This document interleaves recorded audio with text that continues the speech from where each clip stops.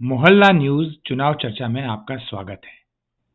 हमारे साथी Sameer Sehgal, general secretary federation of Wazirpur विधानसभा वेलफेयर एसोसिएशंस और कांग्रेस की विधानसभा उम्मीदवार रागिनी नायक के बीच एक महत्वपूर्ण बातचीत हुई। इस चर्चा में उन्होंने वजीरपुर के महत्वपूर्ण मुद्दों, विकास की चुनौतियों और आगामी चुनावी रणनीतियों पर खुलकर विचार विमर्श किया। तो आइए सुनते हैं इसी चर्चा को। मैं Sameer Sehgal, general secretary federation of Wazirpur Vidhansabha की तरफ से मोहल्ला न्यूज़ के सभी दर्शकों को आज हमारे बीच जो एमएलए कैंडिडेट कांग्रेस ने उतारी हैं, जो बहुत ही प्रभावी और नेशनल स्पोक्सपर्सन हैं कांग्रेस की, तो उनकी एक इंट्रोडक्शन और एक जनता से रूबरू कराने का एक आज माध्यम मैं आपके चुन के मोहल्ला न्यूज़ के माध्यम से आया हूं। और मैं चाहूँगा कि रागिनी जी थोड़ा सा अपने बारे में एक बताएं। वैसे तो रागिनी जी का इंट्रोडक्शन अगर मैं देने लगूं तो पूरा एक पेज कम है और आधा घंटे से ज़्यादा मैं बोल सकता हूं उनके बारे में, बट मैं चाहूँगा कि 2 शब्द में रागिनी जी अपना एक ब्रीफ इंट्रोडक्शन दें और जो वजीरपुर विधानसभा क्षेत्र में आज ये एमएलए कैंडिडेट कांग्रेस की तरफ से उतारी गई हैं, तो उसका एक ये अपना विजन बताएं और हमारे क्षेत्र की जनता को, हमारे जो आरडब्ल्यूए विंग है उसको एक अपना क्लियर मैसेज दें, what she is going to do once she gets elected.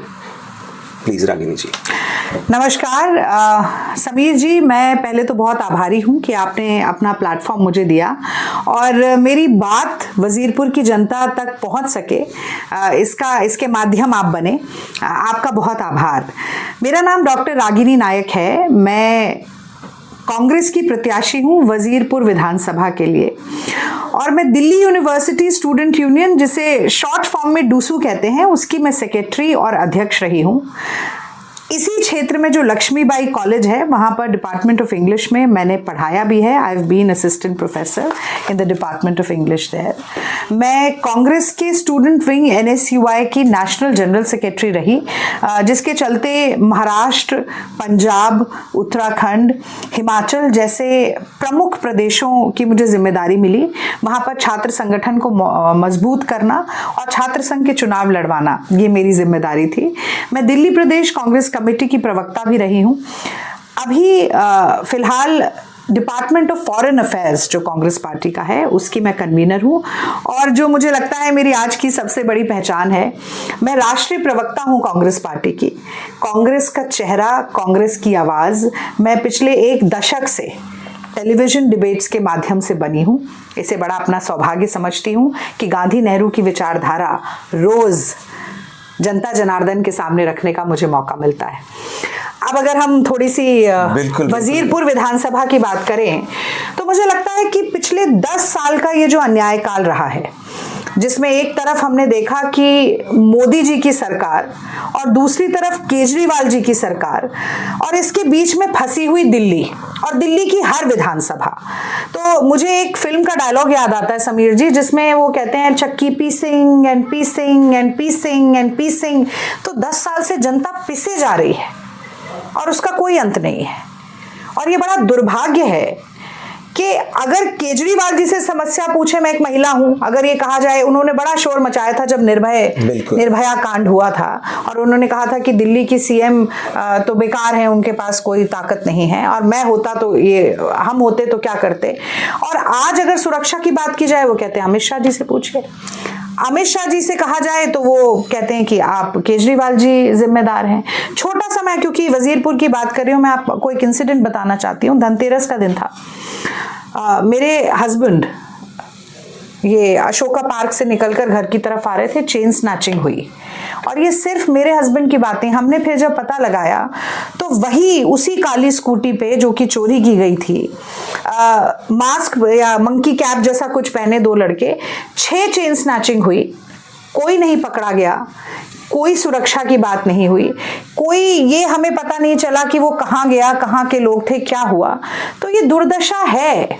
सुरक्षा एक बड़ा मुद्दा है, बिल्कुल है, हमारी विधानसभा में है। उसके अलावा मुझे लगता है कि जब बाबा साहब भीमराव अंबेडकर ने, जिनका मजाक अभी हाल फिलहाल में अमित शाह जी ने उड़ाया, जब उन्होंने इस देश का संविधान बनाया, जब पंडित नेहरू, पटेल, मौलाना आज़ाद, इन्होंने परिकल्पना की देश की, तो उन्होंने कहा कि अधिकारों को संविधान के जरिए सुरक्षित किया जाएगा। तो जीने का अधिकार, और जीने के अधिकार में क्या होगा? खाने का अधिकार, पढ़ाई का अधिकार, रोजगार का अधिकार, समानता का अधिकार और प्रश्न पूछने का अधिकार। और अगर हम वजीरपुर विधानसभा की बात करें तो सबसे पहले जीने के लिए आपको स्वच्छ वायु चाहिए। तो 2011 में जब शीला जी मुख्यमंत्री थी तो Delhi greenest capital of the world थी। आज most polluted city, garbage capital of the world बन गई है। और आप ये, हर वो व्यक्ति जो अपने स्वास्थ्य के प्रति कॉन्शियस है वो ये जानता है कि जो 10 सबसे खराब AQI वाली जगह हैं उनमें हमारी वजीरपुर विधानसभा है पूरे दिल्ली में। That's true. 400 के करीब हमारे यहाँ पार्क हैं, उसके बावजूद ये हाल है। तो यानी छोटे बच्चे से लेकर बूढ़े व्यक्ति तक रोज 40 सिगरेट फूकने का काम हो रहा है बिना सिगरेट की किसी आदत के। पानी की बात कर लीजिए, आप अगर वजीरपुर इंडस्ट्रियल एरिया में जाएंगे या JJ कॉलोनी में जाएंगे या सावन पार्क की झुग्गियों में जाएंगे तो बारिश होती है तो गंदे पानी की निकासी नहीं होती, सीवर घर में खुल जाता है। और वो भी छोड़िए, मैं तो IE ब्लॉक अशोक विहार में रहती हूँ, घुटने तक पानी जमा हो जाता है, यहाँ पानी की निकासी नहीं है। अगर बारिश नहीं होती है तो जल बोर्ड का इतना बड़ा ऑफिस है यहाँ, पर टैंकर माफिया का राज हो जाता है। लोग ऐसे, आपने देखा होगा, वो पाइप डाल डाल के बाल्टी लेके पीछे पीछे पीछे पीछे घूमते हैं। आज एक गरीब आदमी से आप कहते हैं कि बिजली पानी मुफ्त है, और वो गरीब आदमी रोज 30 रुपए गैलन का जो एक वो बड़ा पानी का ये आता है 20 लीटर का, वो खरीद के पीता है। यानी 900 रुपया महीना, 11,000 रुपए साल पानी खरीद के पी रहा है। और मुझे लगता है बेशर्मी की इंतहा है समीर जी कि अभी 2 दिन पहले केजरीवाल जी एक वीडियो बनाते हैं, किसी के घर में जाते हैं, तथाकथित मुख्यमंत्री अतिशी भी वहां पर खड़ी रहती हैं, नल खोलते हैं और कहते हैं पूरी दिल्ली को मैंने 24 घंटा पानी दे दिया। मैंने अपने 10 साल पीछे अगर देखें, एक दिन भी कभी 24 घंटा पानी नहीं आया। मैंने आपको गरीब तबके के बारे में बात किया, अब अशोक विहार के चारों फेज में जाकर देखिए, कहीं बिना मोटर के पानी नहीं चढ़ता है। और वो यूं गिलास लगाते हैं, कहते हैं कोई आरओ की जरूरत नहीं है, गटागट पानी पी जाओ। इतना सफेद झूठ। मुझे लगता है कि आम आदमी के नाम का सबसे ज्यादा दुरुपयोग अगर किसी ने किया है तो वो आम आदमी पार्टी ने किया। और सिर्फ आम आदमी पार्टी की बात नहीं है, क्या यहाँ पिछले 10 साल से भाजपा के सांसद नहीं है? क्या सांसद निधि का उपयोग नहीं किया जा सकता यहाँ के हालातों को बेहतर करने के लिए? अब सड़क पर आ जाइए तो गड्ढे ज्यादा है, सड़क कम है, और उन्हीं गड्ढों में पानी भर जाता है और वहां पर लोग गिर जाते हैं। मैनहोल जो है वो खुले हुए होते हैं, कभी कोई कहीं फंस के गिरता है, कभी कीचड़ में कुछ होता है, कभी करंट लग जाता है। आप महंगाई की बात करिए, अब वो तो पूरी दिल्ली का हाल है। जो 20 रुपए किलो टमाटर मिलना चाहिए आज 60 रुपए 70 रुपए किलो बिक रहा है। लहसुन 400 रुपए किलो पहुंच गया। गैस सिलेंडर जो कांग्रेस के समय पर 416 रुपए का मिलता था, आज 800-900 रुपए का खरीद रहे हैं। तो मैं तो बार बार ये कहती हूँ कि आज वजीरपुर के लोगों के पास, दिल्ली के लोगों के पास थाली है पर खाना नहीं है, शायद शौचालय है पर पानी नहीं है, जेब है पर पैसा नहीं है, वाहन है पर पेट्रोल डीजल नहीं है, सिलेंडर है पर गैस नहीं है, जीवन है पर तो खुशी नहीं है। तो ये सारी चीजें, और फिर आपने कहा कि मेरा विजन क्या है। देखिए, मुझे लगता है कि दिल्ली को कांग्रेस ने अपने हाथों से बनाया है, और संदीप जी के नई दिल्ली विधानसभा से चुनाव लड़ने के साथ साथ कहीं ना कहीं शीला दीक्षित जी का पूरा जो एक नैरेटिव था उसका रिवाइवल फेज दिल्ली में हो रहा है। तो आप क्या सोचती हैं कि जो शीला जी के जो कार्यकाल में 15 साल दिल्ली ने जो एक वर्ल्ड लेवल अचीव करने के लिए कार्य किए थे, तो संदीप जी को अगर जैसे दिखाया जा रहा है केजरीवाल जी के ऑपोजिट लड़ाने का, तो क्या संदीप जी हम एक्सपेक्ट करें कि ये दिल्ली का नया चीफ मिनिस्टर के तौर पे भी इनको लाया जा सकता है? देखिए, कांग्रेस पार्टी का एक नियम है कि जहां पर भी हमारे सिटिंग चीफ मिनिस्टर नहीं होते वहां हम कोई मुख्यमंत्री का चेहरा आगे करके चुनाव नहीं लड़ते हैं। विधायक दल की बैठक होगी चुनाव के बाद, और जैसा कि मुझे पूरा विश्वास है कि इस बार हवा का रुख बदल गया है, और बड़ा अच्छा हुआ, आपको साधुवाद, आपने ये सवाल पूछा कि कांग्रेस से चीफ मिनिस्टर का चेहरा कौन होगा। कहीं ना कहीं उसमें यह भी निहित है कि मेजॉरिटी कांग्रेस की ही आएगी, और मुझे पूरा विश्वास है। पर मैं ये जरूर कहना चाहती हूँ कि शीला जी जब मुख्यमंत्री थी 15 साल हमने LG का नाम ही नहीं सुना। 6 साल अटल बिहारी वाजपेयी जी की सरकार थी, एक 5 साल की, एक 13 महीने की जो गिर गई थी। फिर कभी उन्होंने ये नहीं कहा कि वहां भाजपा की सरकार है तो हम काम नहीं कर सकते। वो कहा जाता है where there is a will there is a way, जहां चाह वहां राह। तो शीला जी, मुझे याद है मैं जब छोटी थी, जब कांग्रेस की सरकार नहीं थी, ट्रांसफार्मर फूक जाते थे, डेसू के ऑफिस के बाहर खड़े रहते थे लोग। 24 घंटे बिजली देने का काम शीला जी ने किया। आप कोई अपने चाहे कितने मर्जी गाल बजा ले, मेट्रो को चलाने का काम शीला जी ने किया। पूरी सीएनजी ट्रांसफॉर्मेशन कांग्रेस की सरकार लेके आई, जो एलईडी पोल्यूशन से सारी बसें दिल्ली को बेकार करती रहती थी, तो ये शीला जी ने किया। अंबेडकर यूनिवर्सिटी बनाई, इतने फ्लाईओवर, फुटओवर ब्रिजेस, अंडरपास, क्या क्या नहीं किया। और मैं तो कहना चाहती हूँ कि जो ग्रीन कवर बनाया, जो पौधे कांग्रेस ने लगाए, उन्हें आम आदमी पार्टी और भाजपा मिलकर पानी भी नहीं दे पाए। ये इतनी निकम्मी सरकार है। तो आप क्या समझती हैं कि जो अब नया नैरेटिव एक लोगों में आया है फिर से, तो ये वापस बदलाव कांग्रेस की तरफ दिखता है आपको? मुझे लगता है कि क्योंकि आप नेशनल स्पोक्सपर्सन भी हैं, तो ये वैसे तो एक पूरी दिल्ली का है, मगर जो इंटरव्यू है वो आपका अकेले का नहीं। हम एक चाह रहे हैं कि आपके माध्यम से पूरी दिल्ली का एक नैरेटिव सेट हो और लोगों तक एक मैसेज जाए कि वजीरपुर विधानसभा में पहली चीज़ तो मैं एक बोलना चाहूँगा कि फर्स्ट टाइम किसी लेडी कैंडिडेट को उतारा गया है और यहाँ की महिलाएं बहुत उत्सुक हैं जो आपसे मिल रही हैं। वो भी बहुत अच्छा आपका फीडबैक हम तक पहुँचा रही हैं। देखिए, फेडरेशन चला रहे हैं तो सारी आरडब्ल्यूएस भी हमारे साथ जुड़ी हुई हैं। बिल्कुल। हमारे साथ हर रोज कम से कम नहीं तो 200-250 लोग मिलते हैं, अपने व्यू पॉइंट्स देते हैं। तो उसमें एक आपकी पॉजिटिव जो छवि आ रही है वो तो है ही है, जो एक वजीरपुर कॉन्स्टिट्यूएंसी को भी बहुत रोचक कॉन्टेस्ट बनाएगी। और दो जो उम्मीद है कि जेंट्स वर्सेस एक लेडी होगी, तो वो कहते हैं कि जैसे शोले पिक्चर में कहा गया कि सारे हीरो के सामने, सारे विलेंस के सामने एक बसंती भारी थी, तो क्या ऐसा ही हम सोचें कि इस बारी एक नारी सब पर भारी। हाँ, एक नारी सब पर भारी। पर आप देखिए, मैं आप ही की आप जो शब्द कह रहे हैं उसी से निकाल कर मैं कुछ अपनी बात कहती जा रही हूँ। तो देखिए, आपने आरडब्ल्यूएस की बात की। अब दिल्ली में आरडब्ल्यूएस को लाने वाला कौन है? भागीदारी स्कीम चलाने वाला कौन है? ये तो शीला जी का ही विजन था, तो मुझे तो शीला जी की बात करनी ही पड़ेगी आज। उन्होंने ने सोचा कि अगर डेमोक्रेसी पार्टिसिपेटरी नहीं होगी तो सबकी बात पहुंचेगी कैसे? इतने ब्लॉक्स हैं, इतनी कॉलोनीज हैं, हर जगह का कुछ प्रतिनिधित्व हो और हर जगह को एक अपने रिप्रेजेंटेटिव्स इलेक्ट करने का एक मौका मिले, फिर उनकी बॉडी आकर चीफ मिनिस्टर से बात करें, अपनी परेशानियों को रखें। और मुझे लगता है कि एक सस्टेनेबल डेवलपमेंट के लिए इस तरह का विजन बहुत ज़रूरी है। क्योंकि वजीरपुर इंडस्ट्रियल एरिया की अगर हम बात करें तो वहाँ गरीब तबका भी है और फैक्ट्रीज के मालिक भी हैं। अब गरीब लोगों को लगता है कि उनका शोषण हो रहा है और जो कि उनको बेनिफिट ज़्यादा मिलने चाहिए, जो जिसे हम फ्रीबीज कहते हैं। मैं फ्रीबीज नहीं मानती, मुझे लगता है कुछ तो जनता के मूलभूत अधिकार हैं। जब सरकार वो नहीं दे पाती तो वो किसी ना किसी तरीके से मुआवजे के रूप में काम होता है, और वो भी टैक्स पेयर मनी है। कोई अपनी घर बाप दादा की ज़मीन बेचकर आकर किसी को कुछ नहीं दे रहा है यहाँ पर। इसी के साथ साथ जो व्यापारी वर्ग है, जो फैक्ट्री वाले हैं, उनको लगता है कि कमर्शियल बिजली के रेट बहुत ज़्यादा हैं, उनको भुगतान करना पड़ रहा है। उनको लगता है कि जीएसटी की समस्या है, जीएसटी के कारण उनको वैसे ही लॉस होता है। तो एक बैलेंस आप कैसे बनाकर चलेंगे, इसके लिए दिमाग चाहिए, इसके लिए विजन चाहिए, और इसके लिए एक बेसिक अंडरस्टैंडिंग चाहिए इकोनॉमिक मॉडल की, जो कि मुझे लगता है हर किसी के पास नहीं होती है। तो वो एक बड़ी चीज़ है। मुझे लगता है कि मैं इतनी समझ रखती हूँ कि मैं हर वर्ग के लिए और उनको संतुष्ट करने के लिए काम कर सकती हूँ। तो मुझे लगता है वो एक मेरा बड़ा प्लस पॉइंट है। और इसके अलावा आपने जो दिल्ली के नैरेटिव की बात की एक बड़े पर्सपेक्टिव में, उसमें तो मुझे लगता है कि पिछले 10 साल में जनता खुद भुक्तभोगी है, वो जान रही है।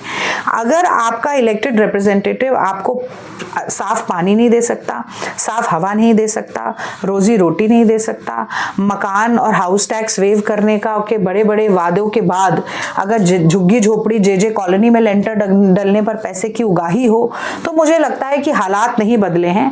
और जब हालात ना बदलें तो विधायक बदलने का समय आ चुका है। ये बड़ा अच्छा आपने चीज़ बोली।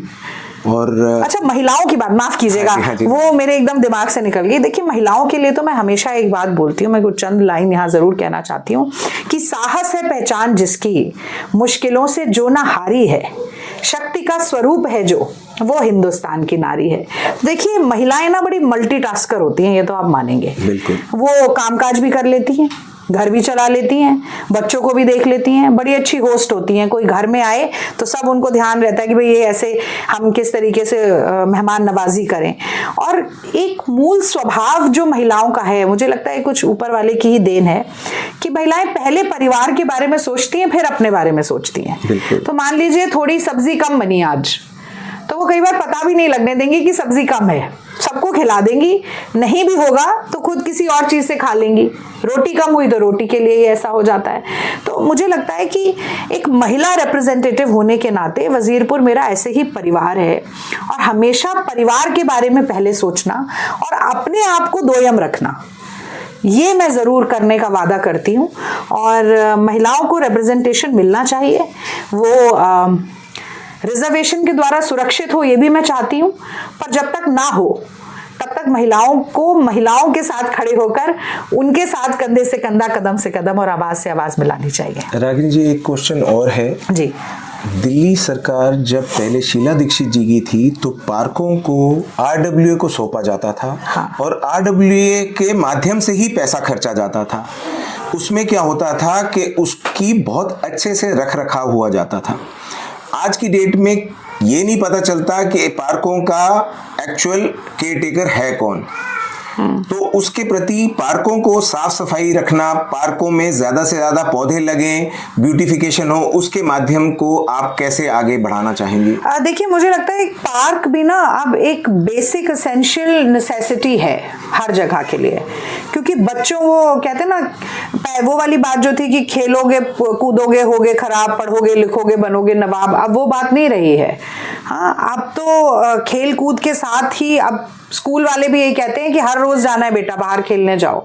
और जैसे आजकल ये स्क्रीन का जमाना ज्यादा हो गया है, तो बच्चे वैसे ही स्क्रीन टाइम उनका बढ़ता जा रहा है। उसको कम करने के लिए पार्क ही नहीं होंगे तो कहाँ जाएंगे बच्चे, क्या करेंगे? और एक तो ये जो हुआ कि दिल्ली में इन्होंने जितने भी स्पोर्ट्स कॉम्प्लेक्सेस थे उनके 7 लाख कर दिए जो चार्जेस। हाँ। तो वो भी एक बहुत गलत डिसीजन था। शायद अब सुनने में आया कि रिवर्स कर रहे हैं, मगर ऐसे ख्याल ही क्यों आते हैं? बल्कि इसको तो और कम कर लेना चाहिए ताकि ज्यादा से ज्यादा पार्टिसिपेशन हो, ज्यादा से ज्यादा लोग एक खेलों को आगे बढ़ के खेलों में बच्चे आए और हमारे देश का नाम रोशन करें। जब तक इस तरह के स्पोर्ट्स कॉम्प्लेक्सेस की फीस कम नहीं होगी तो गरीब तब्के का बच्चा तो यहाँ आ ही नहीं पाएगा। बिल्कुल, आप तो उसके लिए भी आप 2 शब्द बोलें कि क्या आपका विजन रहेगा कि जो हमारा ये ध्यानचंद है। मैं दोनों बात आपको बताती हूँ। देखिए, पार्क, एक तो मुझे लगता है कि आरडब्ल्यूएस को स्ट्रेंथन करने की बहुत जरूरत है। आज आरडब्ल्यूएस सिर्फ कहीं ना कहीं जो नेता हैं उनके लिए उस ब्लॉक के लोगों तक पहुंचने का माध्यम बन गए हैं।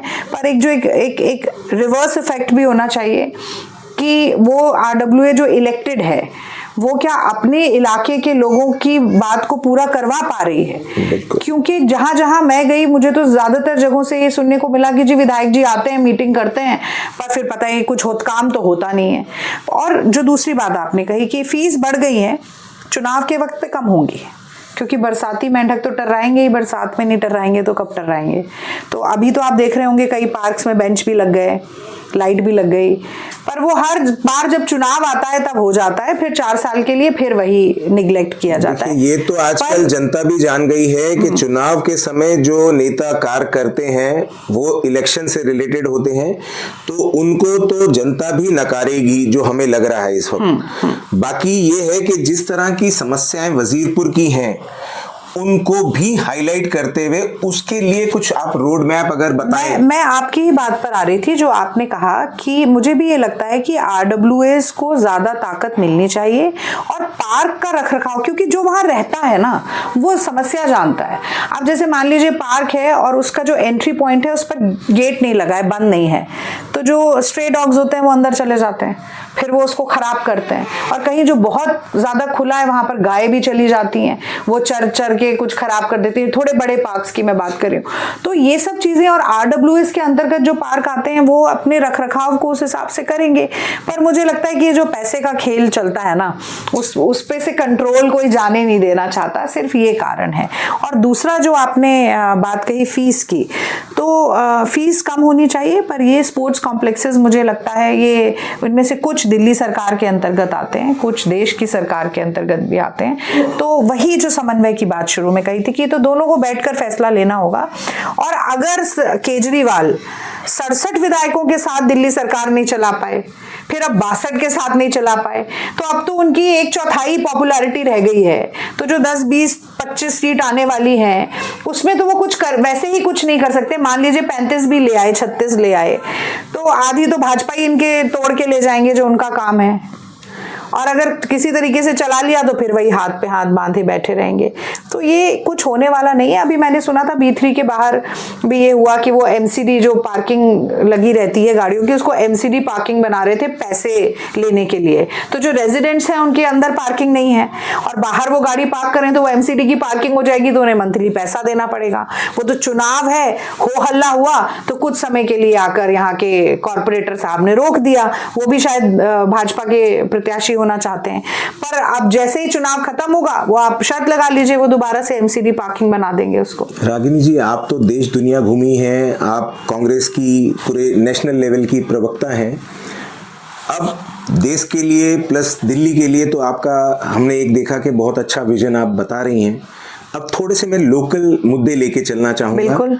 लोकल मुद्दे में मैं ज़रूर ये कहूँगा कि अशोक विहार जो वजीरपुर विधानसभा का ही एक पार्ट है, ये one of the oldest society है नॉर्थ दिल्ली की और वन ऑफ द पॉश और वेल टू डू फैमिलीज यहाँ रहती हैं। यहाँ कोई बढ़िया मार्केट 1968-70 में जो बनी थी उसके बाद नहीं बनी, उसकी रीडेवलपमेंट कभी नहीं हुई। वहाँ पार्किंग की समस्या दिन पर दिन बढ़ती जा रही है। उसके लिए आप क्या एक विजन दिखाना चाहती हैं कि मार्केट्स भी, और देखिए जब से ऑनलाइन आई है तो मार्केट्स वैसे ही डल होती जा रही हैं, तो एक मार्केट में थोड़ा सा एक क्लीनिनेस, थोड़ा ब्यूटिफिकेशन मार्केट का भी देखते हुए और मार्केट के साथ जो जितने भी शॉप ओनर्स हैं उनको भी साथ लेके आप एक कुछ अच्छा क्लियर मैसेज दें इस एरिया के लोगों के लिए। आपने बहुत अच्छा सवाल उठाया समीर जी। ब्यूटिफिकेशन से भी ज्यादा मुझे लगता है कि एक नागरिक के तौर पर अगर आप मुझसे पूछें या रेजिडेंट ऑफ अशोक विहार के नाते पूछें, तो जब मैं बाहर निकलती हूँ तो मुझे सबसे पहली बात ये आती कि अच्छा मार्केट जाऊंगी तो क्या पार्किंग मिलेगी। बिल्कुल। अगर मेरे पास ड्राइवर नहीं है तो फिर मैं कितनी दूर लगाऊंगी, या मुझे सड़क क्रॉस करके अच्छा बच्चा छोटा लेके जाऊंगी तो कैसे। ये बहुत सारे सवाल आते हैं, तो लोग नहीं जाते, सोचते हैं चलो ऑनलाइन मंगा लो, थोड़े 10, 20, 50 रुपए डिलीवरी चार्जेस लगेंगे पर आ जाए, घर ही आ जाएगा। तो क्या एक वहां पर मल्टी लेवल पार्किंग बन सकती है या कोई अंडरग्राउंड बेसमेंट पार्किंग बन सकती है? 10 साल में इस पर सोचा जा सकता था। बिल्कुल। और हो सकता है कि 10 साल में ना बनती, 15 में बनती, पर अगर आप ऐसी चीजों के बारे में सोचेंगे ही नहीं तो आप डेवलपमेंट क्या कर रहे हैं। और बड़े दुख की बात है कि आज भी डेवलपमेंट का इशू ये है कि साफ पानी पीने को मिल जाए देश की राजधानी में, कि शौचालय नहीं है, महिलाओं को खुले में शौच करनी पड़ती है वजीरपुर इंडस्ट्रियल एरिया में। इससे ज्यादा अपमान की बात क्या हो सकती है। मैं तो लोकली इश्यूज आपको बता रही हूँ। और मोदी जी का शौचालय का नारा है, इनका पानी का नारा है, और तब ये हाल नहीं। बट पानी के नारे के साथ साथ जो आप कह रही हैं कि 24 घंटे पानी, केजरीवाल जी ने कुछ दिन पहले दिखाया, अभी 2 दिन पहले, ये वजीरपुर विधानसभा में तो पानी नहीं आता है, टाइम टू टाइम वो आता है और वो भी बहुत कम प्रेशर से। हमारे यहाँ शाम को सप्लाई नहीं आता, बहुत से दिन से सप्लाई नहीं होता शाम को, बिना मोटर के तो पानी ही नहीं चढ़ता है टैंकियों में। तो उसके लिए क्या आप एक अपना बताएं, प्लस अगर आपकी सरकार आती है, कांग्रेस की सरकार आती है, तो उसमें आपका क्या स्टैंड रहेगा? क्योंकि जो मैं एक चीज जानता हूं, आज से कई साल पहले जब संदीप दीक्षित जी यहाँ के MP होते थे तो गंदे पानी की समस्या तब भी थी, मगर उन्होंने इस मैटर को बिल्कुल वॉर फुटिंग पे टेकअप करके उन्होंने कई सारी RW के साथ मिलके अपने MP फंड से, जबकि वो MP का नहीं था काम, MP फंड से, चाहे वो MCD का काम हो चाहे वो MLA का काम हो, उन्होंने करा के वहां पानी की, गंदी पानी की समस्या को दूर करने का काफी कार्य किया। तो इस तरह का विजन लगता है कि देखिए, आपके सवाल में ही सवाल का जवाब है। नहीं, मैंने इसीलिए ये पूछा कि ऐसा क्यों हो रहा है। मैं वही आपको बता रही हूँ, मैंने शुरू में ही कहा कि अगर आप चाहें तो कुछ भी हो सकता है, पर आप चाहें तो सही। आप तो ये आम आदमी पार्टी तो ये चाह रही है कि गरीब तबका गरीब रहे, परेशान रहे, और हम बस अपना झाड़ू छाप दिखाकर उनका वोट ले लें, मतलब वो बपौती समझ रहे हैं। आपने बिल्कुल ठीक कहा। अब संदीप दीक्षित जी को ये लगा कि यहाँ के लोगों की बहुत, अब तो खैर ये चांदनी चौक में आ गई है सीट, पहले उनकी लोकसभा में हमारी विधानसभा थी, तो उनको लगा कि भाई अगर बहुत जनता परेशान है तो मैं ये बैरियर भी तोड़ दूंगा कि ये एमपी लैड के फंड का काम नहीं है, ये विधायक के फंड का काम है, कॉर्पोरेटर्स के फंड का काम है, या अगर आप दिल्ली सरकार से कोई स्पेशल प्रोजेक्ट लाके करवा सकते हैं तो उसका काम है। तो अगर वो ऐसा सोच सकते हैं तो भाजपा के सांसद क्यों नहीं सोच सकते? वहां एक क्वेश्चन अब आपसे इसी से रिलेटेड पूछना चाहूंगा, ये कहीं ईगो क्लैशेस तो नहीं हो रही हैं? क्योंकि जो हमने पहले देखा और अब में, पहले चाहे सरकार किसी की भी होती थी, चाहे कांग्रेस की रही दिल्ली में, सेंटर में चाहे बीजेपी की रही, चाहे कांग्रेस की रही, मगर सपोर्ट हर एंड से एक आम जनता तक पहुंचता था, चाहे वाजपेयी जी थे, चाहे आपकी, ये मैं ऑलरेडी बोल ही चुकी हूं। तो अब ऐसा क्या है कि जो ये नहीं हो पा रहे कार्य? ईगो क्लैश तो हो सकता है, भी दो लोगों के बीच में हो सकता है, पर मैंने तो अलग बात कही। मैंने कहा देखिए, या तो विधायक अपने फंड से करें, क्यों नहीं करते हैं, और दिल्ली में वजीरपुर में जिस पार्टी के विधायक हैं उसी पार्टी की सरकार है, तो अब सरकार से तो स्पेशल प्रोजेक्ट्स लाके कुछ भी करवा सकते हैं। एमपी अगर चाहे तो वो भी कर सकते हैं, पर एमपी को भी अगर हम हटा भी दें तो भाई यहाँ पर सबसे पहली जिम्मेदारी तो विधायक की है। और वो तो खुद भी प्रवक्ता है मेरे ख्याल से, टीवी पर बोलते हैं। अरे टीवी पर ही अनाउंस कर दो आप कि भाई हमारे इलाके में ऐसी ऐसी ये समस्या है और इसके समाधान के लिए हम केंद्र सरकार से ये मांगते हैं, पर नहीं होगा। जब वो राजनीतिक गेंद एक पाले से दूसरे पाले में फेंकनी होंगी तो टीवी डिबेट्स पे आम आदमी पार्टी और भाजपा की आपको नूरा कुश्ती मिल जाएगी, लेकिन जमीन पर कोई काम करने के लिए उन दोनों में ही चाह नहीं है। वो चाहते हैं कि इनका वोट छिटक जाए, वो चाहते हैं कि इनका वोट छिटक जाए। इसके अलावा, और ये बात है समीर जी, आगे आने वाले 5 साल में भी, वैसे तो मुझे लगता नहीं है कि इस बार आम आदमी पार्टी की सरकार बन ही नहीं सकती, पर अगर बन गई तो यही होना है। इसीलिए ये वोट की चोट से इस बार इन लोगों को बाहर करने का काम होना चाहिए। Very nice. एक चीज और है कि इस क्षेत्र में एक ही जो दिल्ली सरकार का अस्पताल है, जिसको हम दीपचंद बंधु अस्पताल कहते हैं, जो दीपचंद जी की याद में शीला जी ने ही इसका इनॉग्रेशन किया था, आपको शायद ना पता हो। नहीं, मुझे पता है। और शीला जी थी दिल्ली की मुख्यमंत्री, और हमारे यहाँ के क्षेत्र के जो एमपी थे वो कपिल सिब्बल जी थे। मेरा सौभाग्य था कि मैं तब भी, जब इसकी इनॉग्रेशन हुई थी, तो आया था। और इतनी बढ़िया बिल्डिंग बनने के बावजूद भी ऐसा क्या रहा कि आज की डेट में यहाँ की आम जनता तक वहाँ जाना पसंद नहीं करती है। वहाँ ट्रीटमेंट्स मिलने में कई सारी समस्याएं हैं, वहाँ सुपर स्पेशलिटीज़ नहीं है।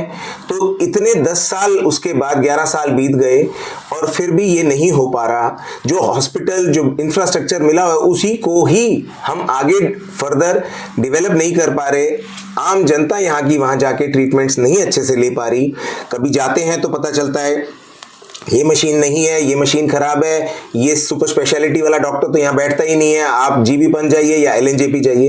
तो हमारे इस एरिया के लोग जो सीनियर सिटीजन्स बहुत हैं, यहाँ आपको मैं एक चीज़ और बताऊँ, यहाँ कम से कम नहीं तो 4-5 सीनियर सिटीजन फोरम बने हुए हैं जो हमारी फेडरेशन से भी जुड़े हुए हैं। और उनको देखते हुए जो 70 साल, 80 साल, 90 साल तक के बुजुर्ग हैं, उनको अगर बोला जाए कि अपनी समस्या दिखाने के लिए यहाँ से आप 20 किलोमीटर दूर जाएं, तो ये कोई अच्छी बात तो नहीं है। अच्छी बात क्या, वो जा ही नहीं पाएंगे। हाँ जी। तो इसके लिए तो समीर जी देखिए, मैं इसमें ना 2 चीजें जोड़ती हूँ। एक तो ये कि जो उपचार कांग्रेस के समय पर डिस्पेंसरीज में होता था, उसको इन्होंने घटाकर वो अपना मोहल्ला क्लिनिक करके लेकर आए। मोहल्ला क्लिनिक में आपको एक क्रोसिन और एक सरदर्द की दवा के अलावा कुछ नहीं मिलेगा। तो बहुत से बीमारियों के लिए तो आपको किसी बड़े अस्पताल जनता को जाना ही नहीं पड़ता था, वो हो जाता था। अब क्या है कि मोहल्ला क्लिनिक के नाम पर फंडिंग तो जा रही है, लेकिन काम कुछ हो नहीं रहा है। तो जो गरीब आदमी बीमार है वो कहाँ जाएगा? मैं अपने घर की बात बताती हूँ। मेरी जो हेल्प काम करने के लिए आती है, उनकी लड़की सीढ़ी से खेलते हुए गिर गई। तो पहले वो उसको लेकर दीपचंद बंधु गए हैं, इमरजेंसी में वहाँ पर कोई सिस्टम ही नहीं था, कोई प्रबंध नहीं था, कोई प्रावधान ही नहीं था। वो लेकर बैठी रही, उसके बच्चे के सर पे ब्लीडिंग भी हुई। फिर उसको अंत में अगले दिन उसने मुझे आके बताया कि मुझे प्राइवेट ही लेके जाना पड़ा क्योंकि वहाँ पर कोई सुनवाई नहीं है। वो कहते हैं यहाँ भागो, फिर कहते हैं वहाँ भागो, फिर यहाँ चले जाओ, वहाँ चले जाओ। तो एक गरीब आदमी, मैं वही आपसे कह रही हूँ कि एक गरीब आदमी का तो दिल्ली में वजीरपुर में जीना मुहाल है। और जो आप कह रहे हैं स्पेशलाइजेशन तो छोड़ दीजिए, ओपीडी में भी इतनी लंबी लंबी लाइन लगती है कि लोग फिर उसके बाद भी होकर चले जाते हैं क्योंकि स्टाफ की भी कमी है। तो इतना अच्छा अस्पताल और किसके नाम पर बना? आप आज पूरी वजीरपुर विधानसभा में कहीं भी चले जाइए, अगर नेताओं के बारे में बात करेंगे तो सबसे सम्मानजनक नाम दीपचंद बंधु जी का लिया जाता है। और मैं तो जब घूम रही थी जेजे कॉलोनी में, एक महिला ने मुझसे कहा कि मेरा सगा बाप मुझे धोखा दे सकता था, दीपचंद बंधु जी नहीं दे सकते थे। कितने लोगों ने मुझे बताया कि वो तो ऐसे थे कि अगर मान लीजिए कोई इमरजेंसी में आ जाए उनके पास, नहा रहे हो, तो वो कहते थे कि भैया तुम यहीं आकर बता दो क्या बात है, थोड़ा सा दरवाजा खोल के उसकी बात सुन लेते थे। तो ऐसे व्यक्ति के नाम पर जो अस्पताल बना है वहां पर सिर्फ मूर्ख बनाने का काम किया जा रहा है, कोई इलाज नहीं हो रहा है। तो ये सारी समस्याएं जो वजीरपुर की है ना, वो पूरी दिल्ली की भी है क्योंकि इन्होंने इंफ्रास्ट्रक्चरल डेवलपमेंट पर कुछ काम नहीं किया, सस्टेनेबल डेवलपमेंट पे कुछ काम, इसीलिए तो पोल्यूशन है। आप कह देते पराली वहां जल रही है, वो वहां जल रही है। पंजाब में, जब तक पंजाब में आपकी सरकार नहीं थी तो पंजाब सरकार दोषी थी, आज पंजाब में आपकी सरकार है तो हरियाणा सरकार दोषी है। और इवन के अलावा आपके पास कोई समाधान नहीं है, कोई ना शॉर्ट टर्म विजन है ना लॉन्ग टर्म विजन है। इसीलिए इस बार बाहर का रास्ता है, बदलाव है जी। ठीक है, एक और क्वेश्चन है, वो आप ही की सरकार से रिलेटेड था।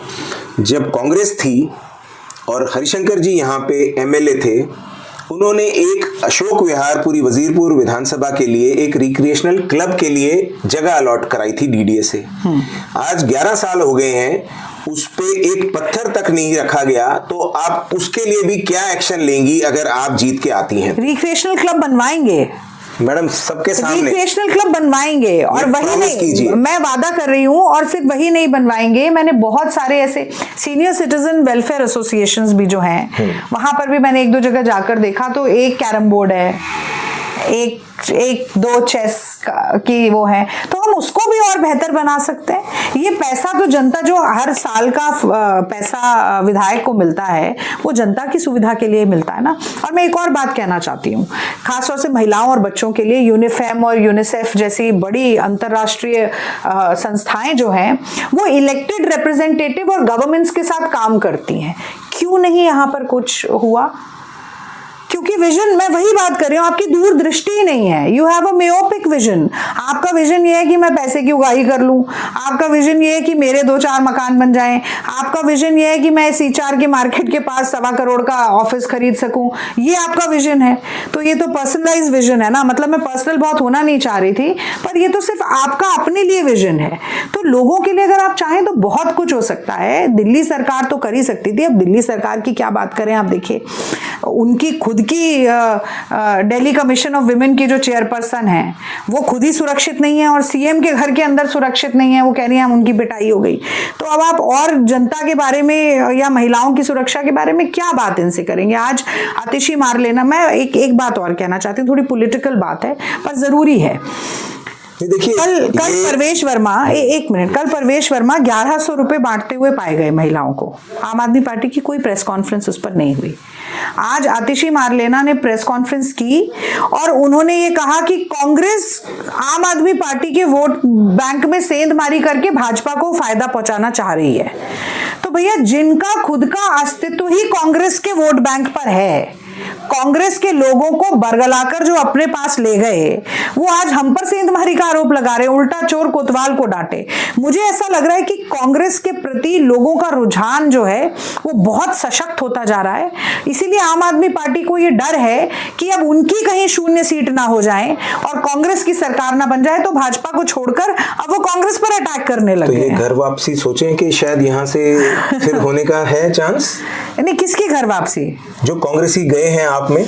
मुझे लगता है बहुत से लोग तो वापस आ रहे हैं, और अभी जैसे जैसे धीरे धीरे, और इस विधानसभा के लिए मैं कह सकती हूँ कि एक तो ये है कि आम आदमी पार्टी का ग्राफ नीचे बहुत गिरा है, और उसके अलावा जो यहाँ के विधायक हैं उनकी लोकप्रियता बिल्कुल शून्य पर आकर अब टिक गई है। नील बटा सन्नाटा, सिफर, जीरो जिसे कहते हैं। लोगों को बहुत निराशा है, बहुत हताशा है, और ये लोकतंत्र के लिए अच्छा नहीं है समीर जी, क्योंकि फिर लोग बाहर आकर वोट नहीं देते, उनको लगता है कि हर नेता वही करेगा। इसलिए बदलाव बहुत जरूरी है। कहते हैं ठहरा हुआ पानी सड़ जाता है, तो वो गतिवान होना चाहिए, निरंतरता होनी चाहिए, और इसीलिए न सिर्फ वजीरपुर में बल्कि पूरी दिल्ली में ये बदलाव आएगा। हाँ, हमारा नारा भी है, वक्त है बदलाव का और हाथ बदलेगा हालात। आपका जो ये एक स्टांस है कि हाथ बदलेगा हालात, इसके लिए आप तो बहुत मतलब जोश से लगी हुई हैं अपने क्षेत्र में। बाकी आप क्योंकि नेशनल स्पोक्स पर्सन भी हैं तो आपको पूरी दिल्ली की भी फीडबैक आती होगी। तो अगर दिल्ली में फिर से कांग्रेस की वापसी होती है तो हम क्या समझें कि जो RWS हैं, जो सामाजिक संस्थाएं हैं, जो गरीब तबका है, उनको पूरा अपना भागीदारी में जिस तरह पहले जोड़ा जाता था वैसे जोड़ा जाएगा। और साथ ही साथ कुछ ऐसी स्कीम्स भी है। देखिए, मैं यहाँ पॉलिटिकली ना होते हुए एक सिंपल तरीके से एक चीज पूछना चाहूंगा कि कुछ ऐसी स्कीम्स जरूर रही हैं जिन्होंने लोगों को लुभाया भी है, तो उस तरह की स्कीम्स का लोगों को बेनिफिट भी मिला है, स्पेशली कोरोना के बाद जब उनकी फाइनेंशियल सिचुएशंस बिगड़ी। जिस तरह के आज की डेट में कुछ मोहल्ला क्लिनिक्स में, मैं आपकी बात से कुछ हद तक सहमत भी हूं कि नहीं मेडिसिन मिलती, बट फिर भी जो मिल रहा है उसको आप इम्प्रूव करेंगी, या ये मोहल्ला क्लिनिक्स अगर सरकार आती है या कुछ है तो उसको बंद किया जाएगा, या उससे भी कुछ बेहतर आपके दिमाग में है, वो एक जरा बताएं। देखिए, सबसे पहले तो मैं ये कहना चाहूंगी कि हम अपनी लकीर को बड़ा दिखाने के लिए दूसरे की लकीर मिटाने का काम नहीं करते। ये मोदी जी की भी आदत है और केजरीवाल जी की भी आदत है। मोदी जी तो बस नया कुछ बना नहीं पाते हैं, जो दूसरा बनाया हुआ है कांग्रेस का उसके नाम बदलते रहते हैं, शहरों के नाम बदलते रहते हैं। वो तो स्मार्ट सिटी बनाने वाले थे, उसका पता नहीं क्या हुआ, काशी को क्योटो बनाने वाले थे, बहरहाल नाम बदलते रहते हैं। वैसे ही केजरीवाल जी की हालत है। अब केजरीवाल जी कह रहे हैं कि 2100 रुपये हर महिला को देंगे, तो अभी जो उन्होंने पहले 5 साल में 1100 रुपए देने का वादा किया और फिर उसके बाद वाले 5 साल में 1100 रुपए का वादा किया, वो 1100 रुपए तो छोड़ दीजिए, जो पेंशन मिल रही थी वो भी बंद हो गई। हमने कितना संघर्ष देखा सफाई कर्मचारियों का अपनी तनख्वाह लेने के लिए। और इसके ठीक विपरीत जब 67 विधायक थे, यानी 3 विधायक मात्र मेरे ख्याल से भाजपा के थे, बाकी सब इनके थे, तब 4 गुना सैलरी बढ़ा दी गई विधायकों की। और यही नहीं, जो शीश महल इनका बना उसमें 4 करोड़ के तो पर्दे लगे थे। अब ये बड़ी फोटो भी चल रही है कि जो टॉयलेट सीट है उस पर भी सोने की परत चढ़ी है। तो हमारे देश में जहां ग्लोबल हंगर इंडेक्स में, भूखमरी में आगे हम बढ़ते जा रहे हैं, जहां पर दिल्ली की जनता त्राहिमाम कर रही है, खाने के लिए पैसा नहीं, पीने के लिए पानी नहीं, साफ हवा में सांस नहीं ले सकते, ऐसे घरों में मतलब मुझे लगता है जाके देखना चाहिए विधायक जी को भी और केजरीवाल जी को भी। सीवर अंदर खुल रहे हैं, झुग्गियां बिल्कुल गिरने पर हो रही हैं कि किसी दिन गिर जाएंगी तो पता ही नहीं चलेगा कि कौन उसमें दब के मर गया। ऐसे हालात में एक अपने आप को अ पार्टी विद डिफरेंस कहने वाले किस तरीके से भ्रष्टाचार में लिप्त हैं, आत्ममुग्धता में लिप्त हैं और कहीं ना कहीं पैसे की शान और शौकत में भी लिप्त हैं, ये बड़ा बड़ा दुखी करता है। और ऐसी निराशा जनता में ना हो, इसके लिए कांग्रेस की वापसी बहुत ज्यादा जरूरी है। तो आपका कहना है कि आम आदमी अब आम ना होके खास हो गया है और जनता से उसका कनेक्शन टूट गया है? मुझे लगता है जनता से कनेक्शन था ही नहीं। इन्होंने ना, वो कहते हैं ना सब्ज बाग दिखाना, तो वो सब्ज बाग दिखाए जनता को और जनता ने भरोसा किया। देखिए, वो कहते हैं ऊपर वाले की लाठी में आवाज नहीं होती, तो जब दुआ लगती है ना तो वो भी बहुत ऊपर ले जाती है आपको, और जब बद्दुआ लगती है, जब किसी की हाय लगती है, तो वो कैसे नीचे लाकर धड़ाम से गिराती है, इसका अनुमान नहीं होगा केजरीवाल जी को, पर इसका अनुभव बहुत जल्दी होने वाला है। मोदी जी को तो ऑलरेडी लोकसभा में हुआ ही है कुछ हद तक। मोदी जी तो कुछ खुराफात कर लेते हैं इधर उधर, नहीं तो इस बार तो उनको बहुत ज्यादा नीचे आना चाहिए था, पर वो कुछ प्रदेशों के चुनाव के नतीजों से भी ऐसा लगा। बहरहाल उनकी लोकप्रियता, देखिए कांग्रेस इस वक्त उफान पर है, ज्वार हमारी तरफ है और भाटा भारतीय जनता पार्टी और केजरीवाल की तरफ है। और ये इसका प्रत्यक्ष प्रमाण आपको फरवरी में देखने को मिल जाएगा। अभी तो देखिए चुनाव की घोषणा अभी सुनने में आ रहा है कि कहीं आसपास मोदी जी की रैली है। जब मोदी जी 2-4-5 घोषणा कर लेंगे उसके बाद चुनाव आयोग जागेगा और अधिसूचना लगाएगा। नहीं बिल्कुल, ये एक लेटेस्ट न्यूज भी है कि 3 तारीख को शायद अशोक विहार में मोदी जी आ रहे हैं, सुनने में आ रहा है। हाँ जी, और रामलीला मैदान में हमारे घर के सामने ही बहुत बड़ी रैली की एक है, मतलब जो होगी। बट ठीक है, वो तो देखिए हर पॉलिटिकल पार्टी का अपना एक विजन होता है, वो अपने हिसाब से चलती है। मगर पॉलिटिकल पार्टी को चलाने वाले और उसको आगे बढ़ाने वाले उसके जो रिप्रेजेंटेटिव होते हैं वो होते हैं। तो इस बारी आपको क्या लग रहा है कि जो इस बारी कांग्रेस ने कैंडिडेट उतारे हैं, आप भी हैं उसमें से, तो वो कैंडिडेट्स आपको किस हद तक लगता है कि वो इलेक्शन फेयर और स्ट्रांगली लड़ेंगे? क्योंकि बहुत बारी ये सुनने में आया पिछले इलेक्शनों में, खासतौर पे जो 2 बारी केजरीवाल जी फुल मेजॉरिटी से, इतनी थंबिंग मेजॉरिटी से जीते, कि कांग्रेस ने तो सरेंडर ही कर दिया था। तो ये सरेंडर क्यों हुआ, कैसे हुआ? कुछ इंटरनल था, क्या था, कुछ अरेंजमेंट था? नहीं देखिए, कांग्रेस पार्टी कभी सरेंडर नहीं करती, ना सरेंडर करने में विश्वास रखती है। मुझे लगता है इस बार हम फ्रंट फुट पर बैटिंग कर रहे हैं और फ्रंट फुट पर बैटिंग करते हुए बाउंड्री के पार बॉल पहुंचाना हमें आता है। जैसा कि आपने अपनी बात में कहा कि पहले 21 कैंडिडेट्स को अनाउंस किया कांग्रेस पार्टी ने और फिर उसके बाद अभी 26 कैंडिडेट्स की और लिस्ट निकल कर आई है। तो सभी लोग अपने क्षेत्र में बहुत जाने पहचाने हैं और क्षेत्र में ही नहीं, दिल्ली में बहुत जाने पहचाने हैं। और मैं बड़े नाम तो नहीं कहती, पर लोकप्रिय नाम हैं, जनता की नब्ज जिनके हाथ में रही है। और वो सभी लोग जो ये कह रहे थे कि दिल्ली में कांग्रेस खत्म हो गई, 2-3 बार से शून्य आ रहा है, अब संगठन नहीं बचा, उनको मैं कहना चाहती हूँ कि इस बार उनको एक ऐसा पलटवार देखने को मिलेगा कि उनकी आंखें भी चौंधिया जाएंगी। और ये कहा जाता है कि सच है विपत्ति जब आती है कायर को ही दहलाती है, सूरमा नहीं विचलित होते, क्षण एक नहीं धीरज खोते, कांटों में राह बनाते हैं, बढ़ खुद विपत्ति पर छाते हैं। तो ये इस बार कांग्रेस यही करने वाली है। और एक और बात मैं आपसे कह दूं, अब कांग्रेस के लिए, ये तो चलिए कैंडिडेट्स के लिए कह दिया, कांग्रेस के लिए मैं जरूर कहना चाहती हूं कि वर्षों तक दिल्ली में घूम घूम, बाधा विघ्नों को चूम चूम, सह धूप घाम पानी पत्थर, कांग्रेस आई कुछ और निखर, सौभाग्य न हर दिन सोता है, देखें आगे क्या होता है। बिल्कुल, देखिए आपने कितने अच्छे शेरो शायरी में अपनी बात भी रख दी और ना किसी को चोट पहुंचाते हुए आपने एक बहुत अच्छा एक मैसेज दिया है। और ये मैसेज सिर्फ वजीरपुर के लिए ही नहीं, ये पूरी दिल्ली में आपका मैसेज जाएगा जी। और हम उम्मीद करते हैं कि अगर सरकार आपकी बन के आए तो आप भी कोई मंत्री का पद जरूर ले पाएं और इस क्षेत्र को और तेजी से आगे बढ़ा पाएं। एक दो छोटी चीजें जरूर जो लोगों से हमें फीडबैक मिला, और खासतौर पे जो जे कॉलोनीज में रहने वाले और जो छोटे तबके के लोग हैं, उनके माइंड में एक अभी भी एक प्रश्न है कि कांग्रेस आएगी तो जो वो सब्सिडी उनको बिजली पानी में मिलती है वो कंटिन्यू रहेगी या नहीं रहेगी, क्योंकि इसी कश्मकश में कई बारी वो गलत डिसीजन देते हुए वोट कर जाते हैं। मुझे लगता है यहाँ पे ना थोड़ा सा कंफ्यूजन है, क्योंकि सब्सिडी तो शीला जी भी दे रही थी, 200 यूनिट की सब्सिडी तो हम भी दे रहे थे, इन्होंने सब्सिडी को थोड़ा सा बढ़ा दिया है। पर सब्सिडी को बढ़ाकर वो कहते हैं, ये ऐसा वाक्या है कि एक जेब कतरे ने आपकी जेब काट ली, ठीक है, और आपके जेब में जो 2-4 हज़ार रुपए थे वो निकाल लिए और फिर आपको 20 रुपए पकड़ा दिए कि बस करके घर चले जाना। तो वो आप जेब हमारी काट रहे हैं। मैं आपको बता तो रही हूँ कि अगर कोई गरीब आदमी 900-1000 रुपए का पानी खरीद के पी रहा है तो उसके लिए मुफ्त कहाँ हुआ।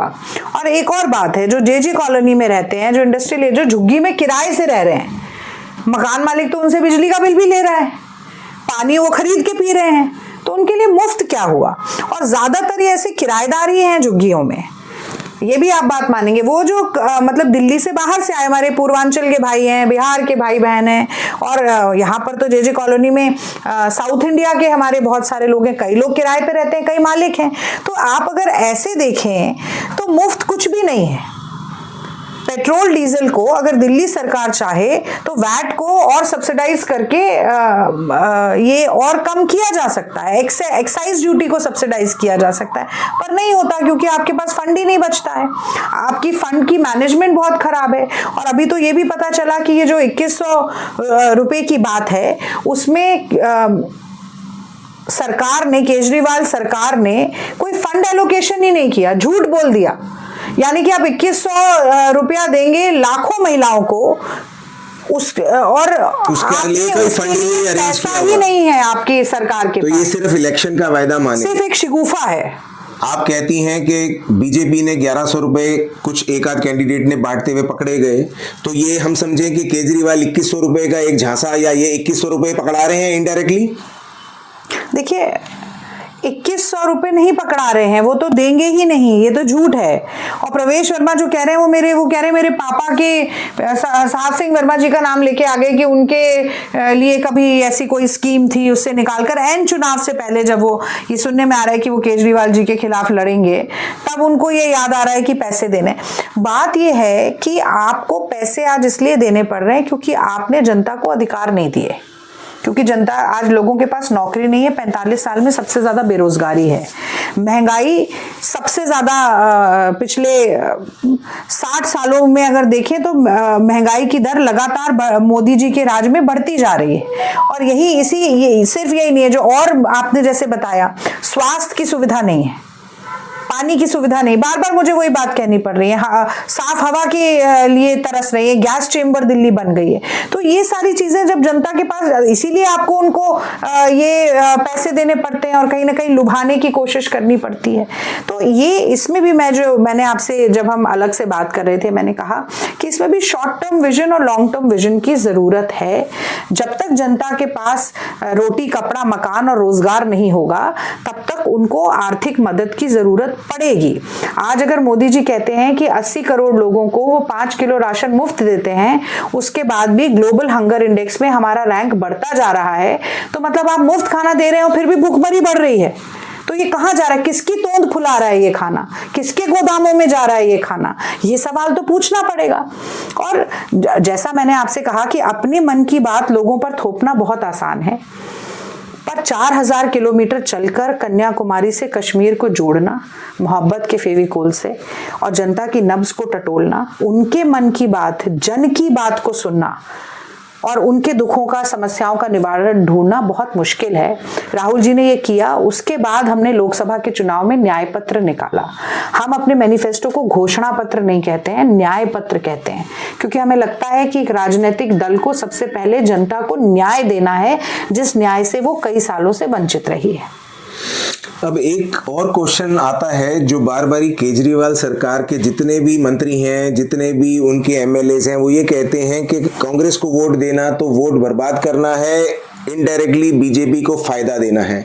इस पे आपकी क्या टिप्पणी है? और इस बारी क्या कांग्रेस इतनी मजबूती से लड़ेगी कि वो कांग्रेस जो शीला जी के टाइम की थी वो वापसी कर पाए और आप पार्टी और बीजेपी दोनों को पटकनी दे पाए? देखिए, ये बात जग जाहिर है, बहते पानी की तरह साफ है कि जब अन्ना आंदोलन चला तो वहां पर लोग जो पहुंचते थे उनको सब्जी और पूड़ी खिलाने का काम आरएसएस कर रही थी।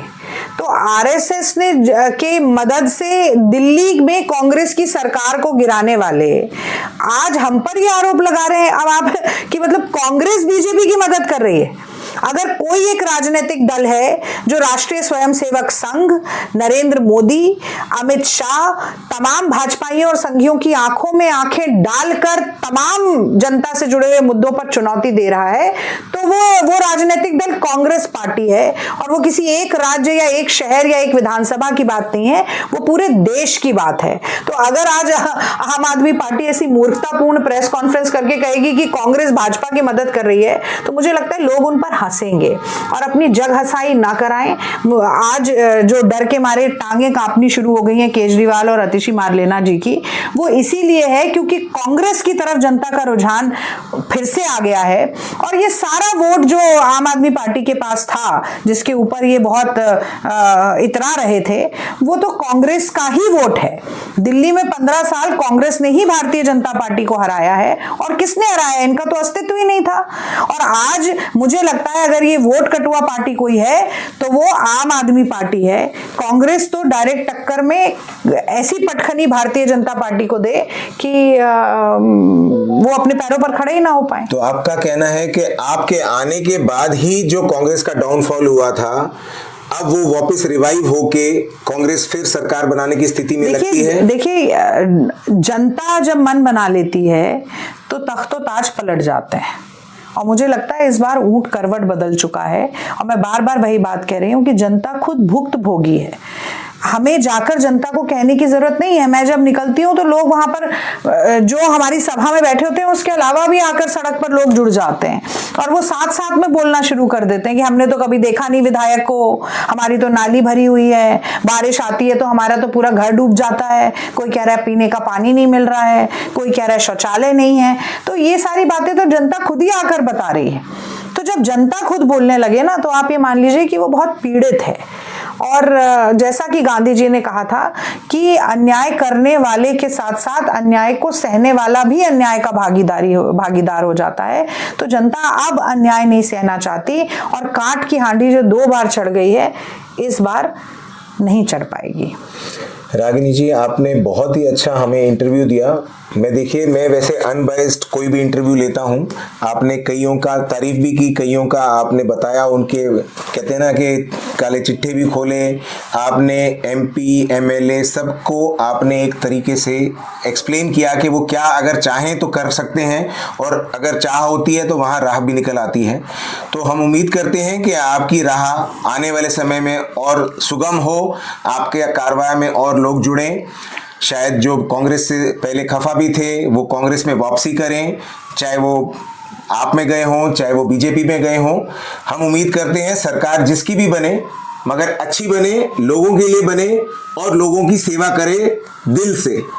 और जो स्पेशली एक वजीरपुर कॉन्स्टिट्यूएंसी है उसमें लोग अपनी बात पुरजोर से रख के उसको पूरी करा सके। हमें एक ऐसा एमएलए चाहिए, फिर वो चाहे आप ही क्यों ना हो। हम तो उम्मीद करते हैं कि आपसे ही हम इस जो हमारा मोहल्ला न्यूज़ का है प्रोग्राम शुरू कर रहे हैं, क्योंकि आप ही का नाम सबसे पहले अनाउंस भी हुआ था। जी, बहुत मैं अगर आप कहें तो मैं सभी दर्शकों को, क्योंकि आपकी रीच बहुत अच्छी है, मैं नए साल की शुभकामनाएं देना चाहती हूं। और मैं चाहती हूं कि आपका जीवन 2025 में मंगलमय रहे और प्रभु आप सभी को रोज मुस्कुराने का एक नया कारण दें। और अपनी बात मैं कुछ पंक्तियों के साथ खत्म करना चाहती हूं कि अगर हो सके तो आप कोई क्षमा जलाइए, अगर हो सके तो आप कोई क्षमा जलाइए, इस दौर सियासत का अंधेरा मिटाइए, वापस लाइए पहले रोने वालों की हंसी को, फिर जाके कहीं अपने गाल बजाइए और बस कीजिए आकाश में नारे उछालना। ये जंग है, इस जंग में ताकत लगाइए, क्यों कर रहे हैं आंधियां रुकने का इंतजार, आइए हमारे कंधे से कंधा मिलाइए। बहुत बहुत धन्यवाद। जय हिंद। Thank you.